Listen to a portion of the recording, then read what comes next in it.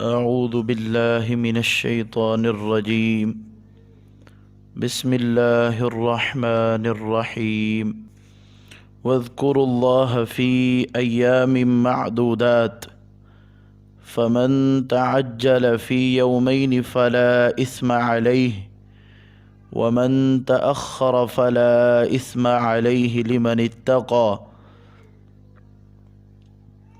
واتقوا الله واعلموا أنكم إليه تحشرون. اور یاد کرو اللہ کو فی ایام معدودات، گنے ہوئے دنوں میں، یعنی گنتی کے چند دنوں میں اللہ کا ذکر کرو. فمن تعجل فی یومین، تو جو کوئی جلدی کرے گا 2 دنوں میں، فلا اسم علیہ، تو اس پر کوئی گناہ نہیں. ومن تأخر، اور جو تاخیر کرے، فلا اسم علیہ، تو اس پر بھی کوئی گناہ نہیں. لمن اتقا، یہ اس کے لیے ہے جو تقوی اختیار کرے، جو پرہیزگاری کرے. واتقوا اللہ، اور اللہ سے ڈر جاؤ. واعلموا انکم الیہ تحشرون، اور تم جان لو یقیناً تم اسی اللہ کی طرف اکٹھے کیے جاؤ گے. واذکروا اللہ فی ایام معدودات، تم گنتی کے چند دنوں میں اللہ کا ذکر کرو. یہ گنتی کے جو چند دن ہیں، ان سے مراد ایام تشریق ہیں، یعنی 11، 12، 13 ذی الحجہ. یہ وہ دن ہیں جن میں حجاج کرام رمی جمار کرتے ہیں، یعنی شیطان کو ہمارے الفاظ میں جو معروف ہے کہ شیطان کو کنکریاں مارتے ہیں. تو 11، 12، 13 3 دن کی الگ الگ کنکریاں ماری جائیں. تو اگر کوئی تیسرے دن کی کنکری پہلے مار لیتا ہے، یعنی دوسرے دن میں، یعنی کوئی 2 دن کے اندر اپنا یہ کنکریاں مارنے والا کام مکمل کرنا چاہتا ہے تو وہ بھی ٹھیک ہے، اس کو بھی کوئی گناہ نہیں ملے گا، اس کے اوپر بھی کوئی گناہ نہیں. اور اسی طرح اگر کوئی 3 دنوں میں ہی 3 دن تک مینا میں رہتا ہے اور کنکریاں مارنے کے بعد جو ہے نا وہ وہاں سے جاتا ہے تو اس پر بھی کوئی گناہ نہیں. وَاذْكُرُوا اللَّهَ فِي أَيَّامٍ مَعْدُودَاتٍ، اور یہاں جو یہ بات کہی گئی کہ ایام معدودات میں، گنتی کے چند دنوں میں اللہ کا ذکر کرو، یعنی ہر کنکری مارنے پر حاجی جو ہے وہ اللہ اکبر کہتا ہے. تو اس سے وہی اللہ اکبر مراد ہے کہ کنکری مارنے پر اللہ کا ذکر کیا جائے، اللہ اکبر، اللہ کی بڑائی بیان کی جائے. اس آیت کے بعد اللہ سبحانہ و تعالی اگلی 2 آیتوں میں، 2 سے 3 آیتوں میں اس شخص کا تذکرہ کر رہے ہیں کہ جس کے اندر یہ 5 خرابیاں ہیں. اور اس کے حوالے سے علماء نے اس کا نام بھی ذکر فرمایا کہ اس کا نام اخنس بن شریق تھا، اخنس بن شریق ثقفی، کہ جس کے بارے میں یہ 5 باتیں، جس کی یہ 5 بری صفتیں ذکر کی گئیں اور اس کے حال سے مومنوں کو آگاہ کیا گیا. رسول اللہ صلی اللہ علیہ وسلم کو اللہ منافقوں کے حال سے آگاہ کیا کرتے تھے، تو یہاں بھی اس کا ذکر ہے. اب ابتدان میں تو یہ ذکر اس بندے کا ہے، اور اس کے بعد آنے والے قیامت تک آنے والے ہر اس شخص کا ہے جس کی یہ کیفیت اور جس کی یہ حالت ہو. اللہ فرماتے ہیں وَمِنَ النَّاسِ، اور لوگوں میں سے بعض وہ ہیں، من وہ ہے، یعجبک، اچھی لگتی ہے آپ کو، قولہ، اس کی بات، فی الحیات دنیا، دنیا کی زندگی میں. یعنی لوگوں میں سے بعض ایسے بھی بندے ہیں کہ جن کی بات آپ کو دنیا کی زندگی میں بڑی اچھی لگتی ہے، یعنی ان کو دنیا میں رہنے کا انداز بڑا ہی بہترین آتا ہے. رہنا کیسے چاہیے، اٹھنا بیٹھنا کیسے چاہیے، ملنا جلنا کیسے چاہیے، معاشرت اور معیشت کیسے چلانی چاہیے، اس سے وہ اچھے انداز سے واقف ہیں. ان کا یہ جو طرز زندگی ہے یہ بہت اچھا لگتا ہے. وَيُشْهِدُ اللَّهَ عَلَى مَا فِي قَلْبِ، اور وہ جو کچھ اس کے دل میں ہے اس پر وہ اللہ کو گواہ بناتا ہے. وَيُشْهِدُ، اور وہ گواہ بناتا ہے اللہ کو، عَلَى، اوپر، ما، اس چیز کے، فی، میں، قلبی، ہی، اس کے دل میں، یعنی جو کچھ اس کے دل میں ہے وہ اس پر اللہ کو گواہ بناتا ہے. وَهُوَ أَلَدُّ الْخِصَامِ، جبکہ وہ بہت بڑا جھگڑالو ہے. الد الخصام، بہت بڑا سخت قسم کا وہ جھگڑا کرنے والا ہے. یعنی حال تو اس کا یہ ہے کہ وہ قسمیں اٹھا کے اپنے آپ کو سچا، اپنے آپ کو محب اور اپنے آپ کو اصلاح کرنے والا اور اپنے آپ کو بہتر کام کرنے والا بتلاتا ہے، قسمیں اٹھا اٹھا کے اللہ کو گواہ بنا بنا کے وہ اپنی صفائی ظاہر کرتا ہے، اپنے دل کو پاک کرنا چاہتا ہے، لیکن حقیقت کے اندر وہ بہت بڑا جھگڑالو ہے۔ وَإِذَا تَوَلَّى سَعَىٰ، جب وہ حاکم ہوتا ہے، یعنی جب اس کے پاس کنٹرول ہوتا ہے، سعیٰ فی الارض، تو وہ کوشش کرتا ہے زمین میں، لیفسد فیہا، تاکہ وہ اس میں فساد برپا کرے، ویہلک الحرث، اور کھیتی کو تباہ کرے، والنسل، اور جانوروں کو بھی، واللہ لا یحب الفساد، اور اللہ فساد کرنے والوں کو دوست نہیں رکھتا۔ وَإِذَا قِيلَ لَهُ، اور جب اس کو کہا جاتا ہے اتق اللہ، اللہ سے ڈر جا، أَخَذَتْهُ الْعِزَّةُ بِالْإِثْمِ، تو پکڑتی ہے اس کو عزت گناہ کے ساتھ، یعنی جب وہ گناہ کا کوئی کام کرتا ہے اسے لوگ کہتے ہیں وہ تقوی اختیار کر، اللہ سے ڈر جا، خدا خوفی کر لے، یہ کیا کام تو کر رہا ہے، تو اس کو عزت یاد آ جاتی ہے، اپنی بڑائیاں بیان کرنا شروع کر دیتا ہے، اپنے صفتیں، اور بھئی میں تو یہ اپنی جو معاشرے کے اندر جو اس کی عزت ہے اس کو وہ یاد آ جاتی ہے، وہ مطلب اس کا جب اس کو ہدایت کو اپنانے کا کہا جاتا ہے، اللہ سے ڈرنے کا کہا جاتا ہے، تو اس کو اپنی عزت اور اپنا جلال یاد آ جاتا ہے کہ میرا روب معاشرے کے اندر کیا ہے۔ اللہ کہتے ہیں فحسبہ جہنم، اس کا ٹھکانہ جہنم ہے، وَلَبِئْسَ الْمِہَادُ، جو بہت برا مقام ہے۔ اب یہ ان 3 آیات میں اللہ سبحانہ و تعالی نے اس شخص جس کا نام اخنس بن شریک ثقفی تھا، اس کو اس آیت میں نومینیٹ کیا اور اس کی بری صفات کا ذکر فرمایا۔ پہلی بات یہ کہ دنیا کی زندگی میں تو اس کے معاشرتی طور پر اس کی بات لوگوں کو پسند ہے، نبی صلی اللہ علیہ وسلم کو بھی پسند ہے، اور اب آپ کے بعد دیکھا جائے کہ ایک شخص دنیا کے حال میں، دنیا کے اندر وہ اس کی بات لوگوں کو اچھی لگتی ہے، وہ جب اپنی بات منوانا چاہتا ہے تو اللہ کو گواہ بنا کے، قسمیں اٹھا اٹھا کے اپنے دل کی بات کو ظاہر کرتا ہے، جبکہ تیسری صفت، جبکہ حقیقت کے اندر وہ بہت بڑا جھگڑالو ہے۔ اچھا، جب چوتھی بات، جب اس کو زمین کے اندر کوئی کنٹرول مل جاتا ہے، آرڈر مل جاتا ہے، کوئی اس کو سلطہ اور کوئی پاور اور قوت مل جاتی ہے یا حاکم بنا دیا جاتا ہے، پھر اس کا مقصد زمین میں اصلاح کرنا، لوگوں کی خیر خواہی کرنا یہ مطلوب نہیں ہوتا، بلکہ اس کا مقصد یہ ہے کہ کھیتیاں ہلاک کرے، جانوروں کو مار دے، جانوروں کو تباہ و برباد کرے، مطلب کہ اس کو کنٹرول ملنے کے بعد، اس کو حاکم بننے کے بعد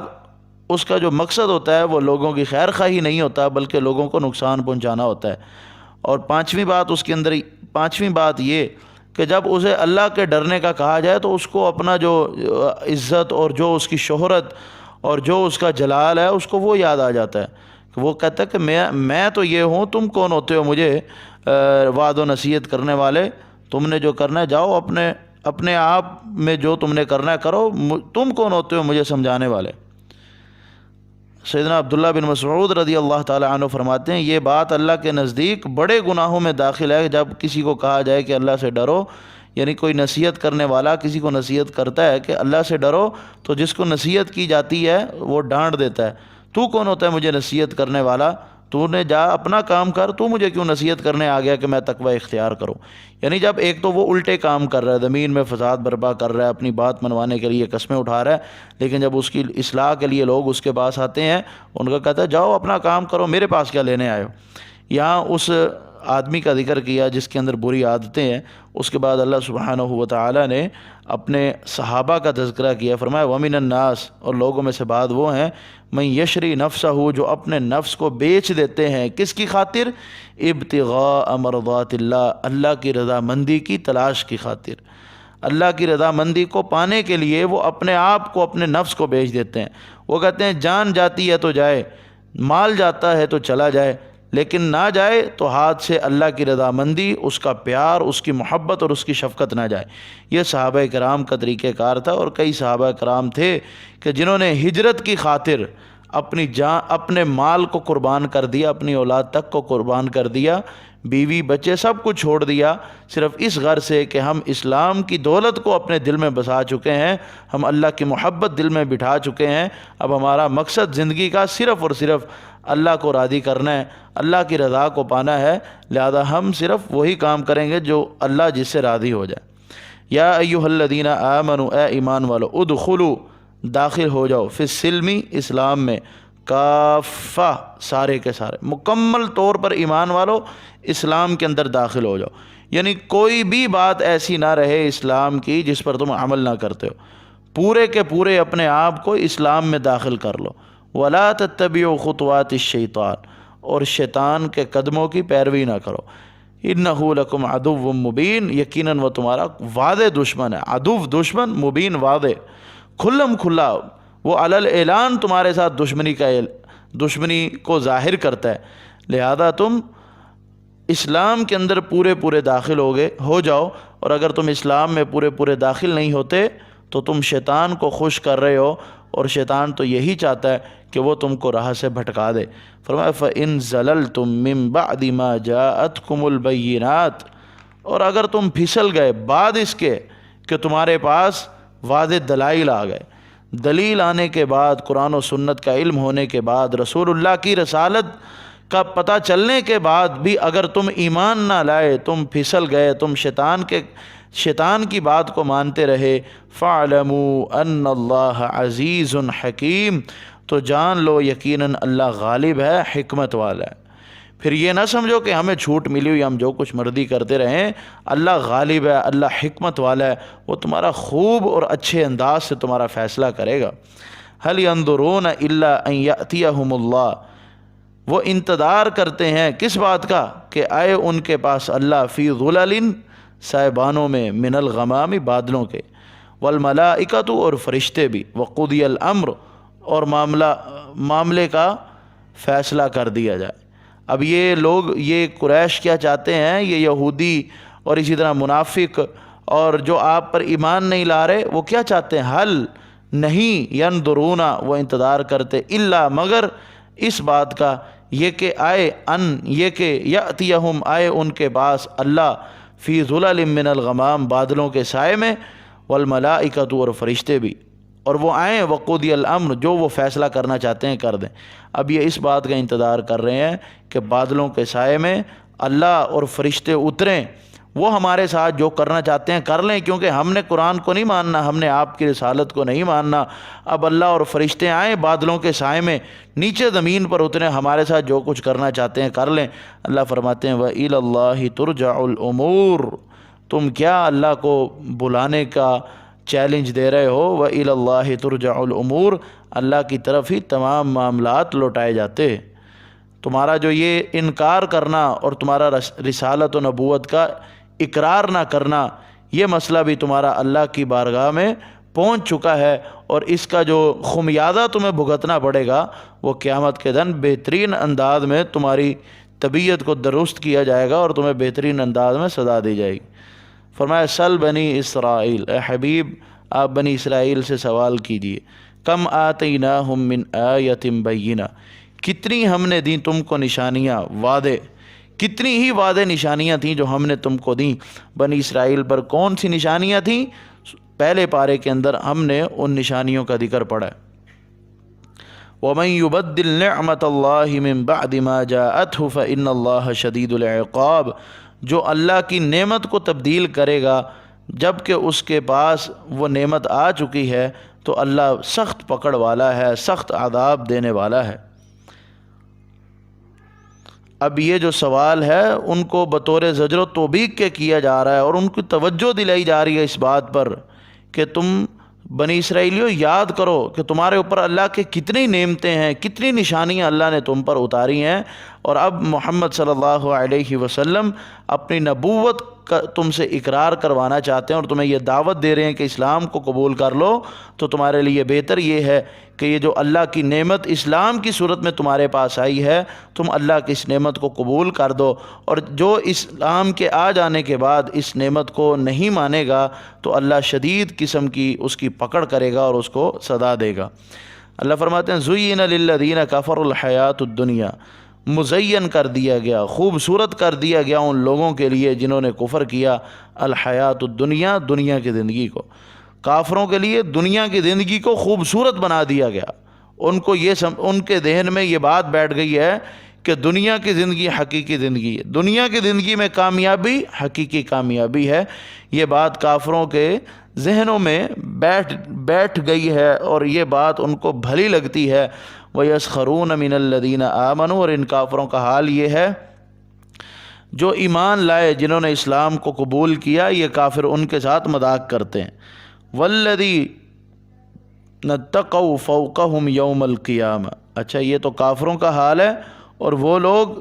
جنہوں نے تقوی اختیار کیا، جو متقی بنے، فوقہم، وہ ان کافروں کے اوپر ہوں گے قیامت کے دن۔ واللہ یرزق من یشاء بغیر حساب، اور اللہ جسے چاہتا ہے بغیر حساب کے رزق عطا کرتا ہے۔ اب یہاں پر کافروں کا حال بیان کیا گیا کہ کافروں کے لیے دنیا کی زندگی بہترین زندگی، ان کے لیے دنیا کی زندگی کو خوبصورت بنا دیا گیا۔ وہ یہ سمجھ چکے ہیں کہ بس دنیا ہی اصل زندگی ہے، یہاں جو کمانا ہے کما لیں،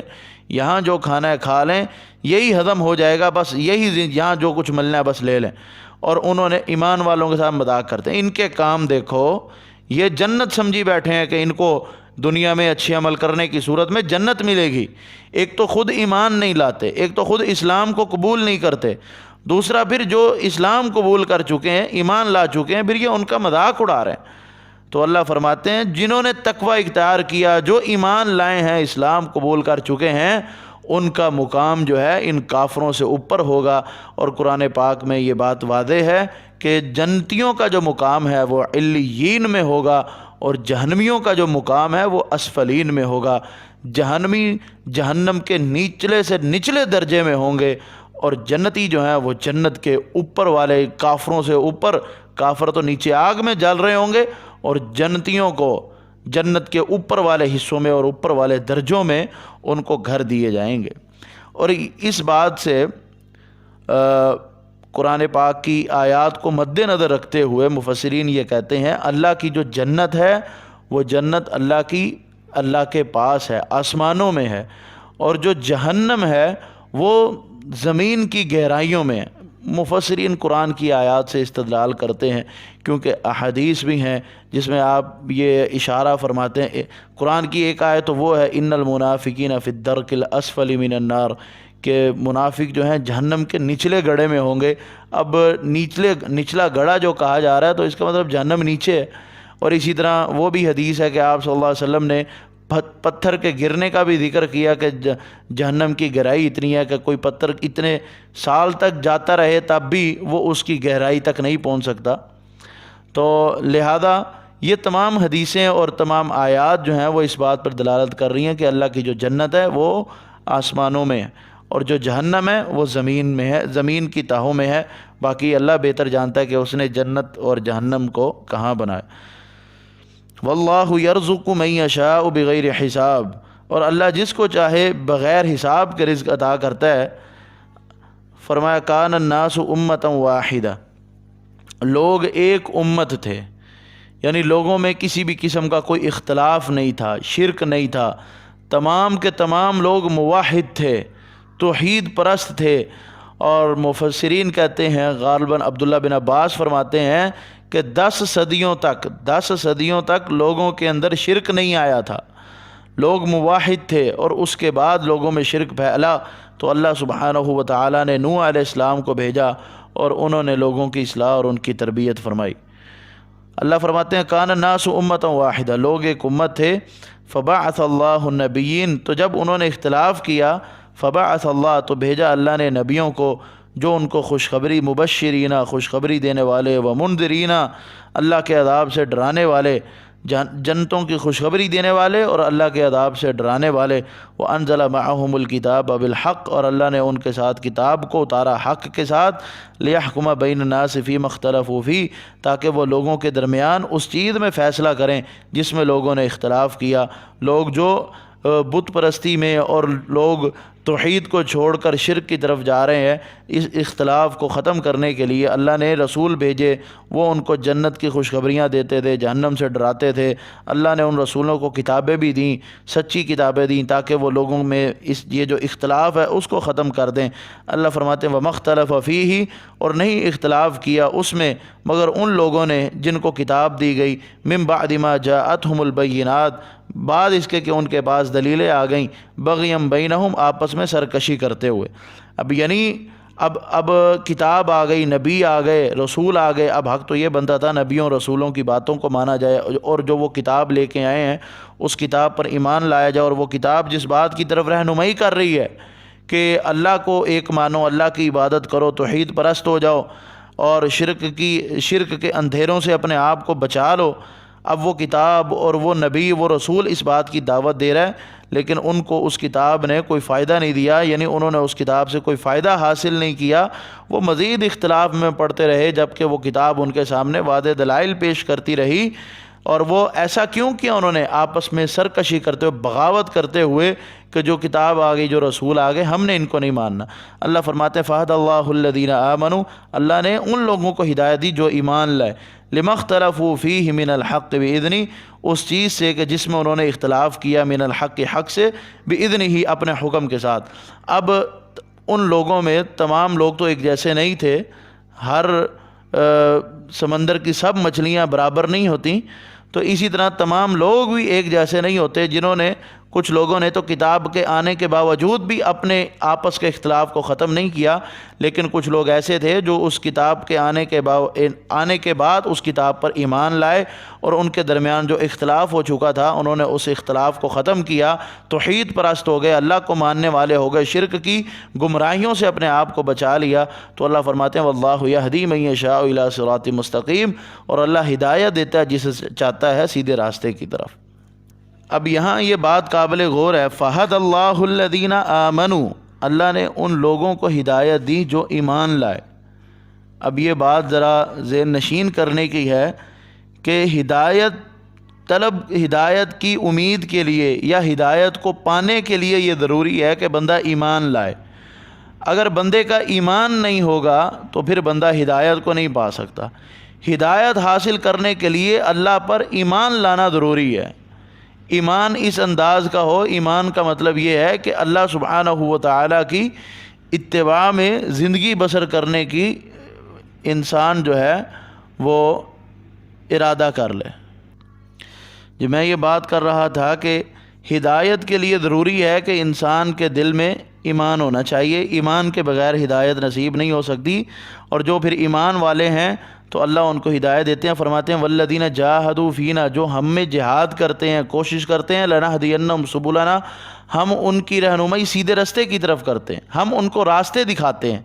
اب راستے، ہدایت کے راستے پانے کے لیے یہ ضروری ہے کہ انسان ہدایت کو پانے کی کوشش کرے۔ جب انسان ہدایت پانے کی کوشش کرے گا تو اللہ فرماتے ہیں واللہ یہدی من یشاء الی صراط مستقیم، اللہ پھر جسے چاہتے ہیں سیدھے راستے کی ہدایت نصیب فرماتے ہیں۔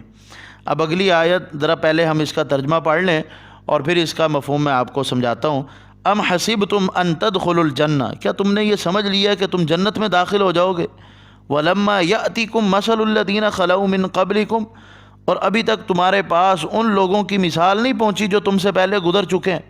مستہم البأساء، ان کو تکلیف فقیری ان کو پہنچی، والضراء، ان کو بیماریاں پہنچی، وزلزلوا، اور ان کو جھنجھوڑا گیا، ہلایا گیا، حتی یقول الرسول، یہاں تک کہ رسول کیا اٹھا، اور وہ لوگ جو ایمان لے، والذین آمنوا معہ، اور وہ لوگ جو اس رسول پر ایمان لائے تھے، انہوں نے کہا متی نصر اللہ، کب آئے گی اللہ کی مدد، اللہ کی مدد کب ہوگی؟ اللہ فرماتے ہیں الا، خبردار، ان نصر اللہ قریب، یقیناً اللہ کی مدد قریب ہے۔ اب یہ آیت اس موقع پر، کیونکہ یہ صورت مدنی ہے تو اس کا تعلق بھی مدینہ سے ہی ہے۔ جب صحابہ کرام ہجرت کر کے مدینہ پہنچے تو وہاں پر ان کو مشرکوں سے، منافقوں سے اور یہود سے سخت قسم کی تکالیف کا سامنا کرنا پڑتا، تو جس سے مسلمان پریشان ہو جاتے۔ تو اللہ فرماتے ہیں تم کیا سمجھتے ہو کہ جنت ایسے مل جائے گی؟ جنت پانے کے لیے دنیا کی پریشانیاں اور دنیا میں ملنے والی تکالیف کا سامنا کرنا پڑتا ہے۔ تم کیا سمجھ رہے ہو کہ جنت تمہیں ایسے مل جانی ہے؟ جبکہ تم سے پہلے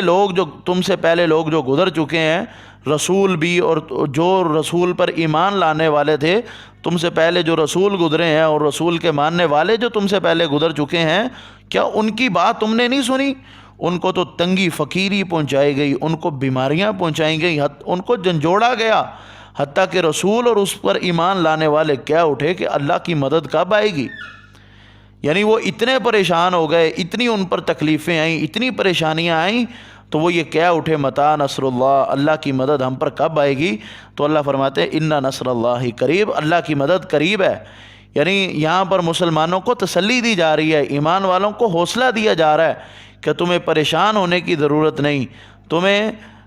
کسی بھی اگر کوئی پریشانیاں اور کوئی تکالیف کا تمہیں سامنا کرنا پڑ رہا ہے تو اس پہ صبر کرو، تو جنت بغیر تنگی اور بغیر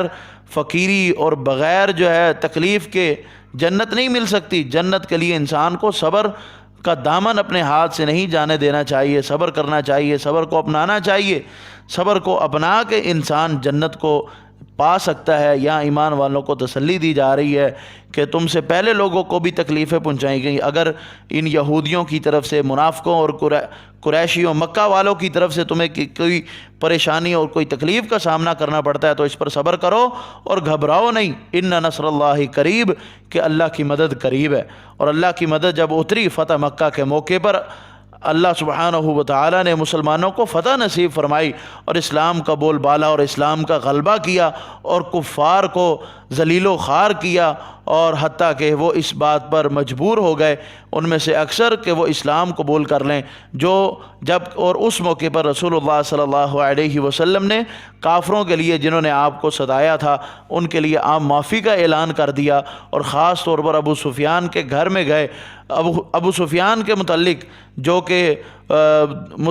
مسلمانوں کے خلاف کفار کا سپہ سالار تھا اور جنگی لڑا کرتا تھا، اس کے متعلق آپ صلی اللہ علیہ وسلم نے فرمایا، میں ابو سفیان کے گھر کو امن کا گھر قرار دیتا ہوں، جو شخص ابو سفیان کے گھر میں بھی داخل ہو جائے گا میں اس کو بھی امن دیتا ہوں، اس کو بھی کسی بھی قسم کی کوئی صدا نہیں پہنچائی جائے گی۔ ابو سفیان کو آپ نے معاف کیا، اس نے اسلام قبول کیا، دیگر لوگوں کو معاف کر دیا۔ یہ وہ وقت تھا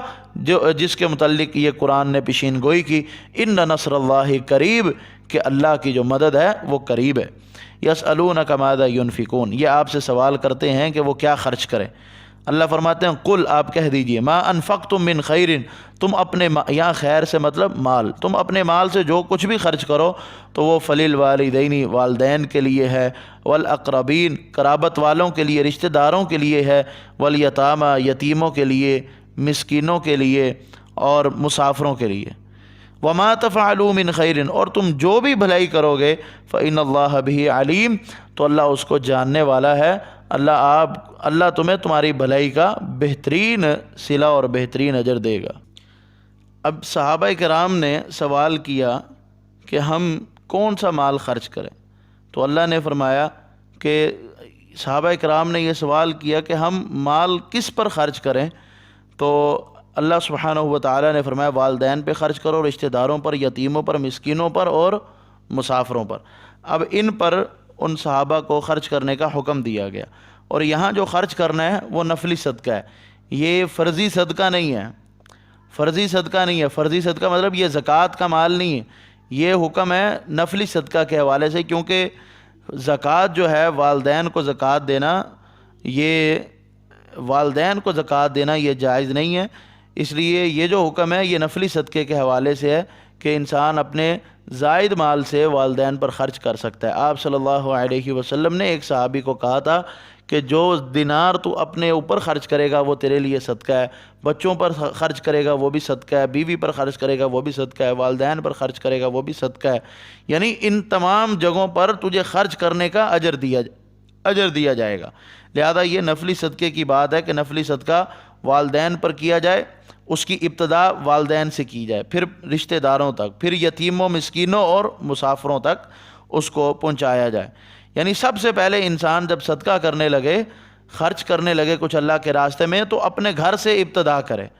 گھر میں دیکھے، اپنے بیوی بچوں میں، اپنی والدین میں، اپنے بہن بھائیوں میں، اپنے رشتہ داروں میں، جو جو اس کو ضرورت مند نظر آ رہا ہے سب سے پہلے ان کے اوپر خرچ کرے، اور ان کے بعد جو ہے وہ باقی غربا، مساکین اور محتاجوں میں پھر وہ خرچ کرے۔ اللہ فرماتے ہیں کتب علیکم القتال وہو کرہ لکم، تم پر لڑائی کو فرض کر دیا گیا، وہو کرہ لکم، جب کہ وہ قتال کرنا، جہاد کرنا تمہیں اچھا نہیں لگتا، وہ ناپسند ہے تمہارے لیے۔ وعسیٰ، اور شاید، ان تکرہوا شیئا، تم ایک چیز کو ناپسند کرو، وہو خیر لکم، جب کہ وہ چیز تمہارے لیے بہت بہتر ہو۔ وعسیٰ، اور شاید، ان تحبوا شیئا، تم ایک چیز کو پسند کرو، وہو شر لکم، اور وہ تمہارے لیے بہت بری ہو۔ واللہ یعلم وانتم لا تعلمون، اور اللہ جانتے ہیں تم نہیں جانتے۔ اب اس آیت میں مومنوں پر قتال کو فرض کیا گیا، اور ایک حدیث میں سے یہ بات ثابت ہے، آپ صلی اللہ علیہ وسلم نے فرمایا کہ جہاد جو ہے قیامت تک جاری رہنے والا ہے، اور آپ نے فرمایا کہ میری امت قیامت تک جہاد کرتی رہے گی، اور میری امت کی جو ایک جماعت ہے وہ جو ہے دجال کے ساتھ لڑے گی، یعنی دجال تک جو ہے نا یہ جہاد ہوتا رہے گا، قیامت تک جو ہے یہ جہاد ہوتا رہے گا۔ تو اللہ یہ فرما رہے ہیں کہ تمہیں قتال کرنا، جہاد کرنا، یہ ان لوگوں کے متعلق یہ کہا جا رہا ہے جو منافق تھے، جن کو لڑنے سے ڈر لگتا تھا، اپنی جان کا خطرہ پڑ جاتا تھا، امن کی حالت ہوتی تو مسلمانوں کے پاس دوڑے چلے آتے، جب جیسے ہی ساتھ دینے کا وقت آتا، دشمنوں سے لڑنے کا وقت آتا تو ان کو اپنی جان کے لالے پڑ جاتے۔ تو اللہ فرماتے ہیں تم پر قتال کو فرض کیا گیا ہے، جبکہ وہ جہاد جو ہے تمہیں ناپسند ہے، اور جس چیز کو تم ناپسند کر رہے ہو، تم یہ ناپسند کرتے ہو کہ لڑا نہ جائے، جہاد نہ کیا جائے، جبکہ جہاد کرنا تمہارے لیے بہتر ہے۔ وَعَسَىٰ أَن تُحِبُّوا شَيْئًا، اور تم اس بات کو پسند کرتے ہو کہ لڑائی نہیں ہونی چاہیے، اور تمہارا یہ بات پسند کرنا تمہارے لیے شر کا باعث بھی بن سکتا ہے۔ جو اللہ جانتا ہے اس کا تمہیں علم نہیں، اللہ نے جو تمہیں حکم دیا کہ قتال تم پر فرض ہے، تو لہذا اللہ کے راستے میں جہاد کرو، اور جہاد اسلام کی سربلندی کے لیے، اللہ کے دین کو غالب کرنے کے لیے۔ جو مقصد رسول اللہ کی بعثت کا تھا وہی مقصد جہاد کا ہے، کہ رسول اللہ کی بعثت کا مقصد کہ دین جو ہے وہ غالب ہو جائے، اللہ کا دین جو ہے وہ غالب ہو کر رہے، اور جہاد کا مقصد بھی یہی ہے کہ دین جو ہے اس کا غلبہ ہو، دین کے غلبے کی وجہ سے جہاد کیا جائے، اور یہ جہاد کرنا امت مسلمہ پر فرض ہے۔ اس کے بعد اللہ فرماتے ہیں یسألونک عن الشہر الحرام قتال فی، یہ آپ سے حرمت والے مہینوں میں قتال کرنے کے متعلق سوال کرتے ہیں کہ کیا حرمت والے مہینوں میں قتال کیا جائے۔ قل قتال فیہ کبیر، اے حبیب آپ کہہ دیجئے قتال فیہ کبیر،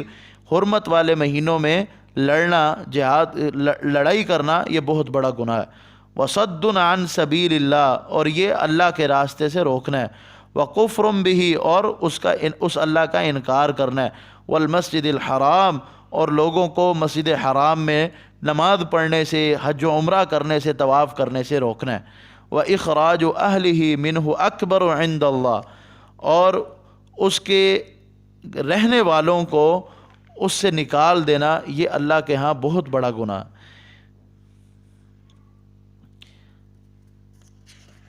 والفتنة اکبر من القتل، اور کفر جو ہے یہ قتل سے بھی بڑا گناہ ہے اللہ کے نزدیک۔ والفتنة، اور کفر کا فتنہ، اکبر، بہت بڑا گناہ ہے، من القتل، قتل سے۔ اب یہاں یہ بات سمجھنے کی ہے کہ صحابہ اکرام نے یہ سوال کیا کہ کیا محرم الحرام میں، کیا حرمت والے مہینوں میں قتال کرنا چاہیے؟ تو اللہ فرماتے ہیں کہ حرمت والے مہینوں میں قتال جو ہے یہ بہت بڑا گناہ ہے، اور یہ حرمت والے مہینوں میں جنگ کرنا یہ لوگوں کو اللہ کے راستے سے روکتا ہے، اور پھر یہ اللہ کے ساتھ کفر کا راستہ ہے، اور اسی طرح لوگوں کو مسجد حرام میں داخل ہونے سے روکتا ہے۔ وإخراج أهله منہ اکبر عند اللہ، اور مسجد حرام کے ارد گرد رہنے والوں کو وہاں سے نکالنا یہ بھی اللہ کے نزدیک بہت بڑا گناہ ہے۔ اور پھر اللہ فرماتے ہیں والفتنة اکبر من القتل، اور کفر کا جو فتنہ ہے وہ قتل سے بہت بڑا ہے۔ کفر کا جو گناہ ہے، کفر کے فتنے کا جو گناہ ہے وہ قتل سے بھی زیادہ ہے۔ اب جب مومنوں کو یہاں قرآن پاک میں اس بات کی اجازت بھی دی گئی کہ جب کفار جو ہیں تم سے لڑنے کے لیے آئیں تو تم ان سے لڑ سکتے ہو۔ اب انہیں یہ کہا گیا کہ ویسے حرمت والے مہینوں میں لڑائی کرنا منع ہے، اور یہ جو ہے ہم سے حرمت والے مہینوں میں لڑتے ہیں، تو اللہ نے فرمایا وَالْفِتْنَةُ أَكْبَرُ مِنَ الْقَتْلِ،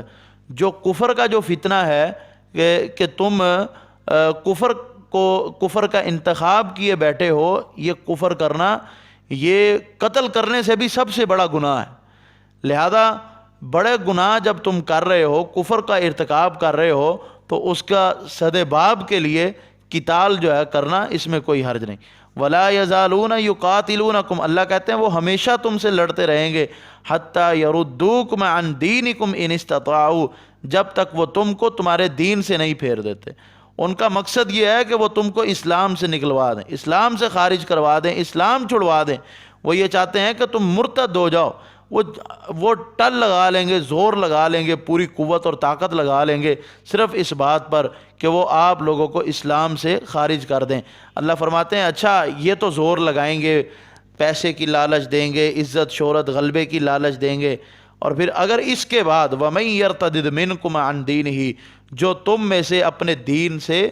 مرتد ہو گیا، اپنے دین سے پھر گیا، فَيَمُتْ وَهُوَ كَافِرٌ، اور وہ کفر کی حالت میں مر گیا، فَأُولَٰئِكَ حَبِطَتْ أَعْمَالُهُمْ فِي الدُّنْيَا وَالْآخِرَةِ، یہی وہ لوگ ہیں ان کے عمل جو ہیں دنیا اور آخرت میں برباد ہو گئے۔ وَأُولَٰئِكَ أَصْحَابُ النَّارِ، اور یہ جہنمی ہیں، ہم فیہا خالدون، وہ اس جہنم کے اندر ہمیشہ رہنے والے ہیں۔ ارتداد کرنا، جو شخص دین اسلام کو چھوڑ کر کوئی اور دین اختیار کرتا ہے، دین اسلام کو ترک کر کے کسی اور دین کو اختیار کرتا ہے، یعنی اسلام کو چھوڑ کر غیر اسلام کا انتخاب کرتا ہے،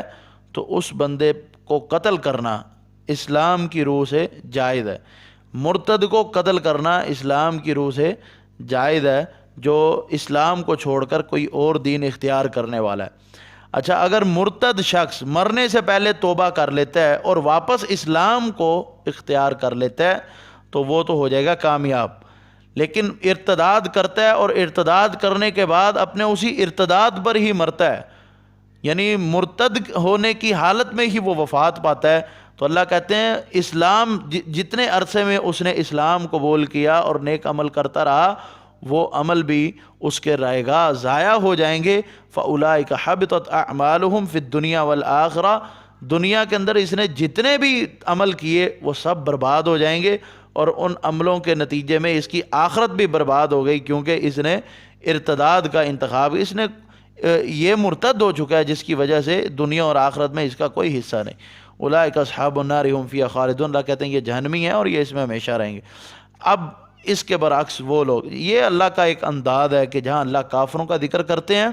ساتھ ایمان والوں کا ذکر کرتے ہیں، جہاں جنت کا ذکر کرتے ہیں وہاں جہنم کا ذکر کرتے ہیں۔ یہ قرآن پاک کا یہ اسلوب ہے۔ پیچھے ذکر کیا کفر کا، جو مرتد ہو جائے اس کا یہ حشر ہے، پھر ذکر کیا ان الذین آمنوا، وہ لوگ جو ایمان لائے، اور وہ لوگ جنہوں نے ہجرت کی۔ ہجرت کہتے ہیں، ہجرت کا مطلب ہے کہ ایک جگہ کو چھوڑ کر دوسری جگہ منتقل ہونا، یہ لفظی معنی ہے ہجرت کا،